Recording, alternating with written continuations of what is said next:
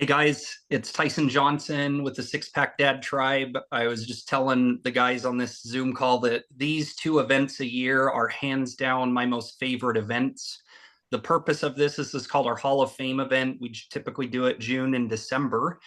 And it's basically to recognize busy professional dads who still have goals and things they want to accomplish with their health, but so far they're between their 6 to 13 month mark in this journey and have had extraordinary success. And I think what you'll find is these are normal guys doing extraordinary things with their life, and they are willing to give up some of their time and share and give back. So super excited to recognize these guys. And as I told you guys, we have a small gift that I'll be mailing you.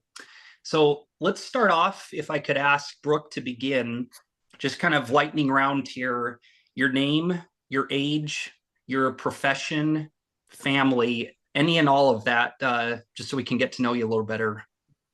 Yeah, my name is Brooke Sabin. I'm 32, about to turn 33.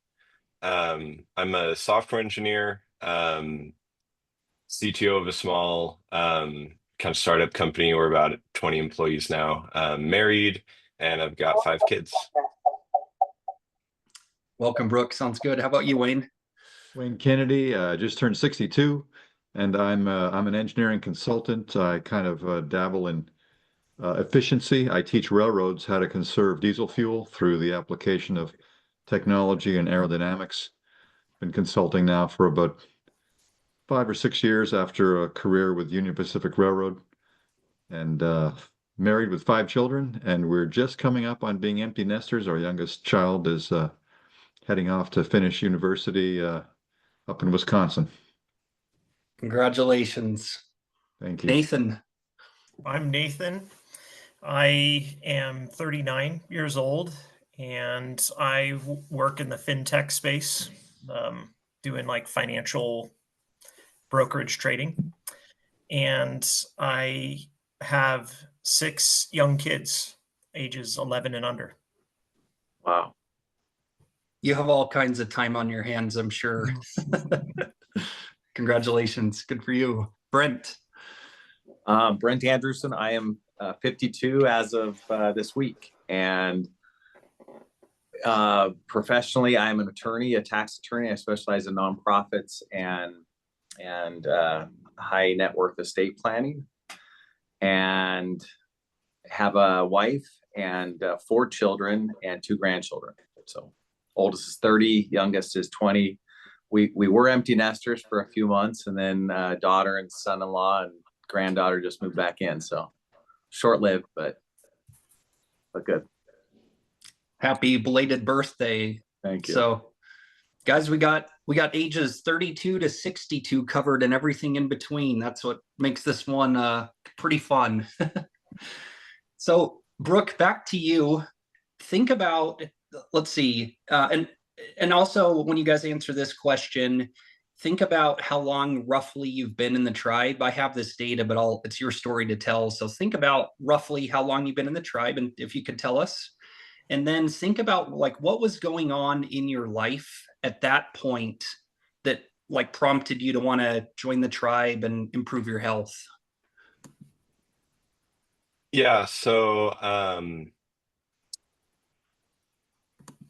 I've got 5 young kids, ages 10 and under, and I think it's a pretty common story, right? Like, get out of college, get married, start having kids, start working, life just gets crazy busy, and next thing you're super overweight and stressed out, and just aren't enjoying a lot of the activities you used to do. Like, I grew up super active, doing things like rock climbing and dirt biking and hiking and triathlons and rugby, and yeah, I've been in the tribe about a year now. And I'd gone skiing with some friends back in, like, I think it's January or February of last year, and like my snowboarding jacket couldn't fit anymore. I'd get to the bottom of the run and I was just laying on the ground, so out of breath and exhausted. And I think honestly for me, I was just so fed up, right? Like, I've got to start prioritizing my health, because prioritizing all these other things might be good for the short term, but if I'm not healthy, I'm not going to be around for the long term for my kids and being able to enjoy things with them. So I think I just got mad enough that I decided to make a change. Thanks for sharing. Wayne, how about you? Roughly how long you been in the tribe, and basically the lightning round of what was going on that prompted you to join? Right. Happily 10 months in. And I think the real reason, communications that we had, Tyson, in terms of, insulin sensitivity and the fact that you knew what that was, and, a lot of research that I had done in the past, I think losing and gaining the same 10 to 15, 20 pounds over and over again, and not really knowing exactly the information that's out there, what was true, what was less true. So I just really wanted to go to the source and to have that accountability. That's really what sold me on the program, was that accountability. And for the first time in a long time, I've been able to stick with success and continue. I plan on continuing that far into the future. Thanks, Wayne. We'll come back to results that you guys have seen in a second, but glad you found us 10 months ago, roughly. Nathan, then Brent. Yeah, thanks, Tyson. I was still feeling kind of okay, I think, which is different than some of the folks that had come to you. I was just starting to feel the effects of some of my poor eating habits and whatnot, like just not sleeping as well. That was just starting to set on with me. And I just got really motivated by sort of the educational emphasis in your program. And I wanted to sort of intervene early. So I was motivated by a deep desire for knowledge about nutrition, health, exercise, and trying to prevent rather than repair later. And so that's what finally got me over the edge. Neat. A preventative approach, proactively. That's awesome. Brent? So I've been in for, I guess this will be about 10 months. It was September of last year. And a couple things prompted me. My wife had cancer 2 years ago, and thankfully is on the other side of it, cancer free. But with that came some needed adjustments to her lifestyle, which she went and sought out a new primary care physician just a couple months before I joined this. And so that got me thinking that I really should do something on my own. But the funny part of the story was what truly motivated me. I was in Costa Vida with my family, and my granddaughter, age 4 at the time, reaches her hand up to my belly and says, "Grandpa, are you going to have a baby?" And I consider myself like decently fit all things considered. And I realized, no, I'm not getting any younger. Things start adjusting as you get older. And kind of like Nathan said, it's probably time to be preventive and just stay ahead of the game, because otherwise your grandkids think you're pregnant. So I'm developing all kinds of marketing ideas with people at the bottom of ski slopes, shaming people who are lying there on the ground out of breath, and then young grandkids who will go and pat grandpa's stomach and hand him a business card, and they'll be paid affiliates of mine. So ingenious, guys. Thanks for the marketing ideas. No, but it's good for you, Brent. That's awesome. It's always interesting to hear what motivates person. And it's oftentimes a different story, but there's some kind of catalyst for change, whether it's proactive or, whatever it is. So let's do your best to recap what you've seen in terms of results. And just to kind of help you out here, this could be total pounds changed, which I have all that here if you need help. It could be waist inches changed. It could be current body fat percent.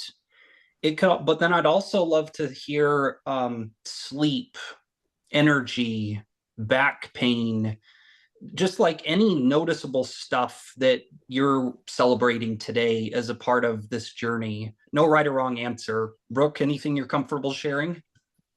Yeah, huge changes for me. I've dropped about 50 pounds, about 10% in body fat, give or take a little. I got up to the point where I was in like double XL t-shirts when in college I was in mediums. And so I'm back down to like XL larges. Um, yeah, in terms of just how I feels so much better. Like I can go through the whole day feeling like I have a lot more energy. Um, as a software engineer in general, but also in a startup, sleep is a rare commodity. I end up doing a lot of late nights and a lot of extra work and things, and I'm still not getting as much sleep as I should be, but I can deal with the effects of that a lot better, right? Like before, I'd get stressed out, worn out, want to just be binging on junk food to try and cope with all that stress. But now, I can, even the nights when I still don't get a full night's sleep, I can still get through my workday feeling totally fine, get a lot done. I don't, lose my temper at my kids as much. Sitting at a desk all day, I used to have a lot of like hip flexor pain and back pain, and all of that's gone. So yeah, tons and tons of improvements all across the board. Congratulations. And most of us who are fathers, I don't know about you guys, but if I had to say one of the most meaningful things about what Brooke just said, relationship with kids, patience with kids, I don't know how you put a price tag on that, not to mention everything else. So how special. Yeah, absolutely. Wayne, what do you got for us? Yeah, down probably 15 pounds of pure fat, and then probably gained about 5 pounds of pure muscle, which is great. I think I've lost about 5 inches off my waist, during the cut phase, and that's fantastic.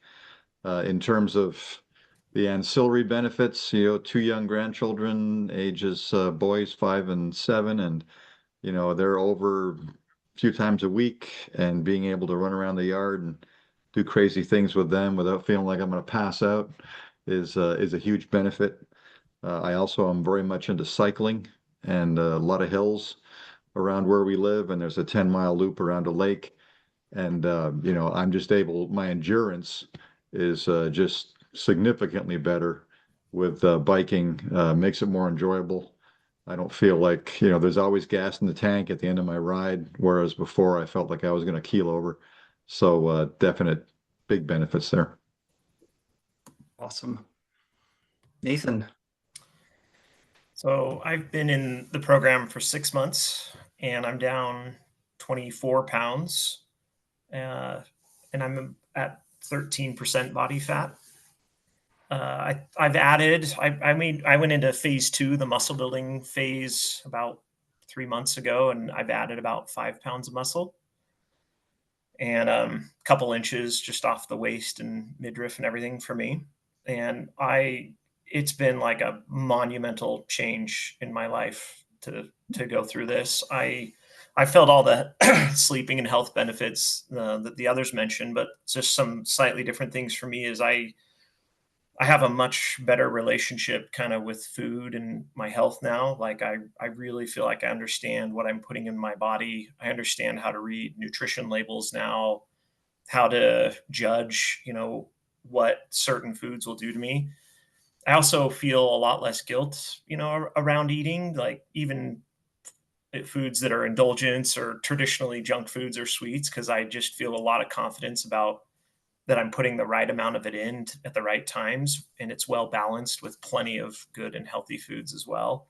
So that's been good. And one other positive impact I've noticed is my family has totally come along the journey with me, which has been really positive. Like everyone in the house is eating better now, because we just have this education about food that was lacking before, and that traditional, food pyramid style education wasn't giving us. But now I think we all are elevating what we eat and what we buy and put in our bodies. Creating a generational health transformation that started with Nathan. Quick side note, Doug Stoddard, so grateful you would join us. Your dear friend, changed my life. As Nathan was talking about neuroscience, relationship with food, guilt, shame. Doug, thanks for all you've done for the tribe these years and the work you're doing in your community as well, and honored you'd be here with us today. Thank you. It's good to see faces and Bet. hear stories. Before we go to Brent, just real quick, because we will have people who are not tribe members who might not be familiar with what phase 2 means. We generally have 4 milestones we're trying to help people accomplish, or as far as they want to go on this path. We don't force anything, but generally one of the first milestones is let's help someone in hopefully about 12 weeks time be down 20 pounds as a sustainable lifestyle, or 3 inches off their stomach. Milestone number 2 is reaching and maintaining one's lean goal weight, which is very different than a quick 20 pounds off. Milestone 3 is actually the 10 to 15% body fat mark, which is where the belly fat is gone. We've got several on this call, right? Even a 62-year-old who has achieved that remarkably. And then what Nathan and Wayne have talked about, putting on muscle, that's what we call milestone 4, which is kind of the muscle growth aspect once someone has gotten as lean as possible. So that's partly why several of you were chosen here, is you're working on all 4 milestones, and you're maintaining it long term. And that's truly an elite level of health, because I know a lot of you are servant leaders and you've already discussed you're busy professionals with kids. So doing this in spite of your other personal life is just remarkable. Brent, over to you. Any victories you'd share with us? So yes, I have had some similar results to those that have been shared. I probably, from the start of it, I was at near my highest weight, and I've lost about 25 pounds, 5 or 6 inches around the waist, body fat percentage hovering between 15 and 16%. And I had, I had actually done about a year before or maybe it wasn't quite a year, but maybe 8 or 9 months before starting the program, I'd gone and done a DEXA body scan. A group of guys that I run with had wanted to do that, and it was shocking to find out that I was 30% body fat. And everyone who heard that statistic was shocked, because sometimes you can be quote unquote skinny fat. I didn't look like I was 30% body fat. So one of the fun things throughout this whole journey was one of those same friends said, "Hey, you're noticeably different. Why don't we go back and do a DEXA body scan?" Because it hadn't done one. And so it was great to go in and do that at the time, to have lost demonstrably between those 2 tests about 26 pounds of fat, put on almost 10 pounds of muscle. And again, since that scan, lost about another 4 pounds, and am kind of pre-phase 2, just working on maintenance, because I had a really super busy May. June is not much different with some church and other responsibilities that I've got. And so kind of waiting to get into phase 2 when I can not be traveling as much and a little bit more focused. But I felt great. It's like Wayne said, running around with the grandkids is fun. Some of my church responsibilities involve working with the youth. It's been really fun to, go toe to toe with some of our athletes that are in their 16 to 18 range, and have them just, wait, how'd you just beat us playing basketball or doing something else? And they think old people can't do things. So it's kind of fun to engage. Who says we have to get unhealthy and lethargic and slow as we age? Right. It's awesome. Thanks, Brent. And my granddaughter doesn't think I'm pregnant anymore. So yeah, yeah, it's awesome. So I've got 2 more questions, and then we'll pause the recording and let you guys say hi to other Hall of Famers or any other quick questions. Brooke, as you think about the last year, 13 months, what's like one main obstacle, if you had to boil it down to one main obstacle or challenge that you experienced, and what you felt helped you overcome that? Again, just sort of lightning round here. Yeah, I think if I can be indulgent and say 2, one was actually a lot of sickness, surprisingly. Like, in a house full of a lot of little kids, they bring home a lot of stuff. And so it felt like, especially over the winter, like every other week we were sick with something. I actually got pneumonia over Christmas, and then got pneumonia again a month ago. And luckily that's all cleared up, but just having to, throughout those sicknesses, try and stay consistent and not use that as an excuse to just be like, well, I'll just eat whatever now, right? Or I don't need to try and get my steps in, or I don't need to try and do anything right. Like, it can be good to give yourself some rest and some slack when you need it, when they're special circumstances, but making sure you're not just giving yourself a hall pass to do whatever you want.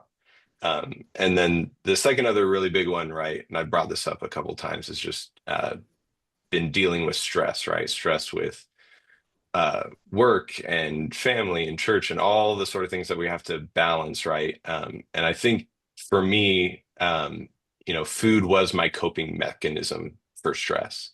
And so it's been really, really good to notice that and be honest about that and just say that out loud and like work on the mentality of that, of not turning to other things like, like food when I'm stressed out, but try and find healthier outlets of that stress, in good quality family time, in prayer and devotion, and actually accomplishing things to like reduce those stressful things in my life. So yeah.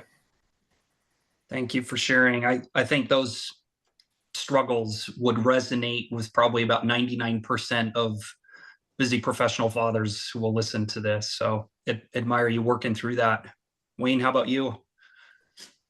Yeah, I've got two good examples also. Probably because I'm older and too aggressive sometimes with weights during the build phase. The past few months, I'd get sprains and strains that, were common from the distant past, before I joined the tribe, that I'd always kind of get discouraged and kind of give up.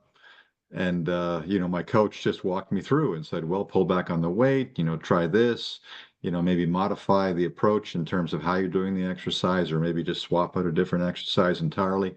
So, walked me through that to the point where still making progress. The other example is went through some surgery recently, nothing serious, but they said, really lay off the weights or at least pull back significantly for at least a couple of weeks. So again, my coach, helped walk me through that, helped me understand that, I can do a lower amount of weight and not feel like I'm losing progress or momentum.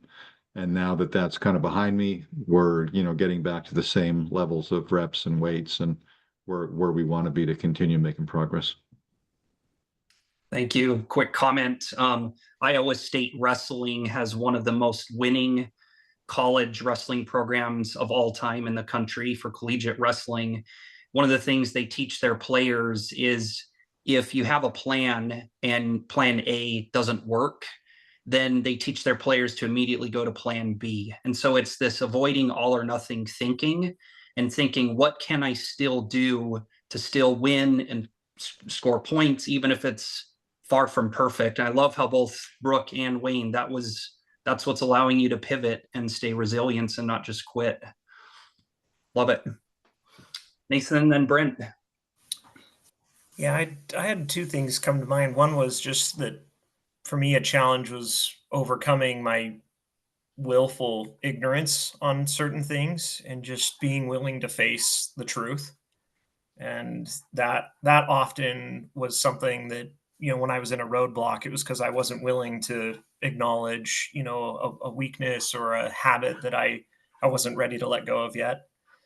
So I had to work through a lot of those. And the other just more specific challenge for me was I didn't appreciate how much my food and consumption habits were connected to my social habits, and just getting really conscientious about when I was eating and why I was eating, and how my social agenda was connected to that. So I started to pay a lot more attention to that and think about, the way I was going to interact with people or connect. And that's still like I'll say my highest calorie days or my highest sugar days are usually connected with some social outing on the agenda. Yeah. Thank you. Brent.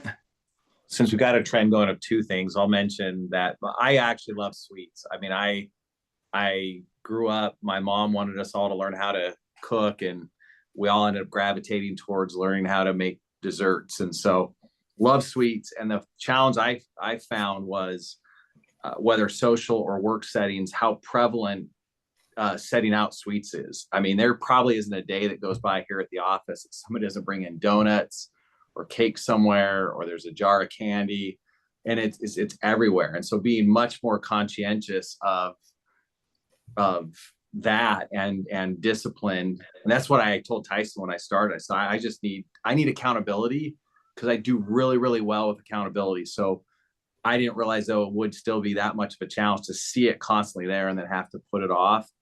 But like Nathan shared earlier, it's been really healthy, though, to realize, yeah, but you know what I can do, because I do love ice cream, is take a bite of ice cream, get a nice, get that flavor, get something when I'm feeling like I want it, and stop there instead of the giant bowl that was probably 500 or 600 calories that I didn't even think about. So that's been really good. The other is the same one as Wayne. I'm still kind of nursing some shoulder tendonitis and some tendonitis in an arm, and somehow doing some exercise.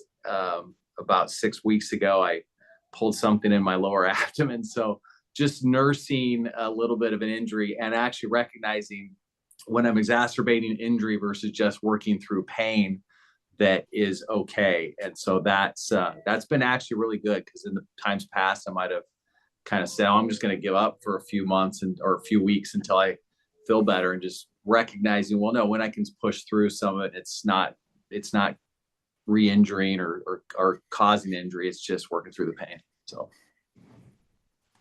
thank you for sharing. Guys, you've been fantastic. We have about 5 minutes left. If we could close with basically a parting thought. If you were, let's pretend you have a brother, a loved one who were listening to this right now and is wanting to improve their health and is in some form of suffering or struggling, what's one piece of advice you would offer that loved one or friend to have the courage to fix their health now, even if they don't have time and if they're scared to do it? Brooke, any thought on that? Yeah, I think it's important to be honest that it's going to be hard, but that's okay. Like, we're born to do hard things, and we can do hard things. And to not give up. Like, progress is not going to be linear. There's going to be setbacks. It's going to be hard, but it's worth it in the end. So don't give up. Simple but profound. Thank you, Wayne. Yeah, I think the accountability it is a game changer, because every day I understand and I accept that I need to report to my coach at some point at the same time every week, and I'm not going to rest on my laurels or have that 1,000-calorie bowl of ice cream, because I respect my coach enough that I want to give him a good report, and I respect the progress that I've made enough that I don't want to backtread. And another key learning is introducing more movement. I think I was probably average before joining the tribe. I might get 3,000 to 5,000 steps in a day. Now I'm between 10,000 to 12,000 a day, and that was kind of a breakthrough for me. In terms of continuing to lose weight, was introducing that steps challenge. And it doesn't have to be instantly. It can just be over time, gradually. And now, it's hard for me not to get 10 to 12,000 steps, because I've just built it into my routine. And I think I'm going to do that for as long as I possibly can, which is hopefully many, many decades still to come. I smile when people with engineering backgrounds explore, because Wayne has that. And no offense if you're not an engineer, I'm not, but they tend to have such a structured, methodical, patient mind. It just becomes a true superpower in the tribe. We've seen it dozens of times. So it's fun to hear an engineer talking right there. Good for you. Nathan. I think like a key takeaway for me is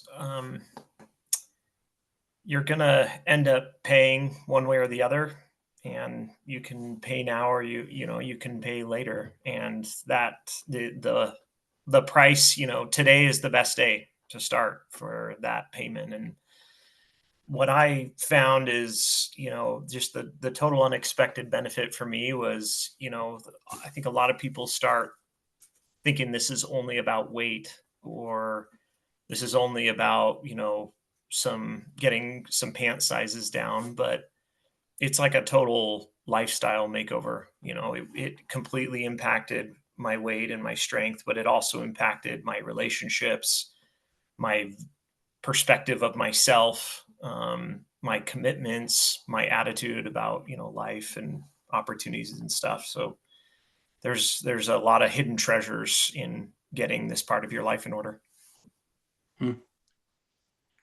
Brent. What immediately came to mind for me, years ago, a religious leader said, in speaking with respect to making good choices that are for your good, do it. And of course, Nike has trademarked the phrase, just do it. And that's what I would tell anybody. You don't have anything to lose other than things you probably should lose, and a lot to gain. And it's been great for me. So just do it. Thank you, Brent. Let me offer a quick closing word and we'll close this out, but don't go anywhere when I hit stop recording.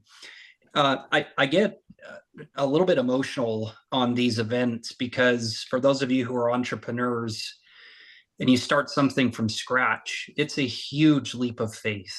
And I've been doing it for 7 years now, and it's still a side hustle. And most of the time it's not convenient for me. I don't have the time to do it, but I choose to do it. And one of the things I tell Sherry, my wife, all the time is I get to meet people and learn from these people and become better. And I would never meet these people without the tribe.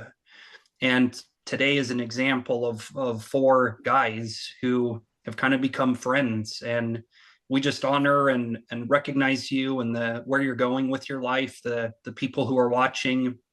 And if there's others who are listening to this and anything here has been inspiring, please reach out to us. We'd love to serve you. So that puts another Hall of Fame episode in the books. Thanks, you guys. Thank you. All right, don't go anywhere.